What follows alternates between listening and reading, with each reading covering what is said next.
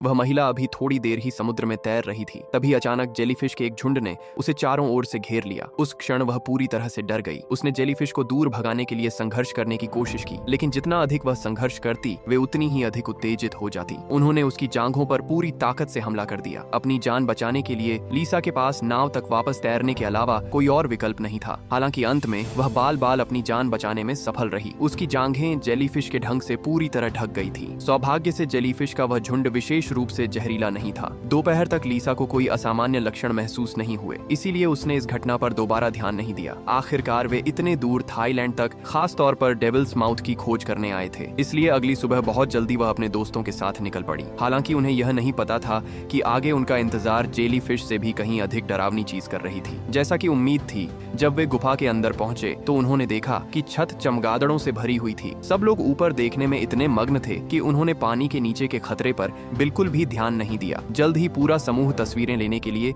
एक चट्टान पर बैठ गया। गाइड ने चेतावनी दी कि वह चट्टान बहुत नाजुक थी, इसीलिए उस पर बैठते समय उन्हें बेहद सावधान रहना था। लेकिन समूह ने गाइड की बात को गंभीरता से नहीं लिया और इसीलिए समूह आगे तैरने लगा। लेकिन जैसे जैसे वे तैरते गए, उन्हें महसूस हुआ कि कुछ गड़बड़ है। वे जितना आगे बढ़ते गए, उन्हें उतनी ही अधिक मरी हुई मछलियां तैरती हुई दिखाई देने लगी। गाइड ने कहा कि वे थोड़ा और अंदर तक तैर सकते हैं, क्योंकि वहां बाहर जाने वाला एक रास्ता था। लेकिन तभी लीसा ने अचानक एक और मरी हुई मछली देखी। डरी हुई वह जल्दी जल्दी समूह के पीछे आगे बढ़ने लगी, इस बात से अनजान कि एक विशाल छाया उनके पास से गुजर रही थी। जब तक वे दूसरे रास्ते तक पहुंचे, बेस्टी ने अचानक लीसा से उसका चाकू मांग लिया, क्योंकि उसे ऐसी जगह पर आने का मौका बहुत कम मिलता था। इसलिए वह इस रोमांच को यादगार बनाने के लिए एक निशान जरूर उखेरना चाहती थी। लेकिन अगले ही पल उसे अपने फिन पर कुछ महसूस हुआ। सबको लगा कि लीसा मजाक कर रही है, लेकिन लीसा ने जोर देकर कहा कि वह निश्चित रूप से किसी चीज से टकराई थी। ये देखकर गाइड बिना उन्हें पता चले पहले ही आगे तैर चुका था। समूह के पास जल्दी से उसके पीछे जाने के अलावा कोई और विकल्प नहीं था। लेकिन जल्द ही उनका सामना एक नए संकट से हुआ।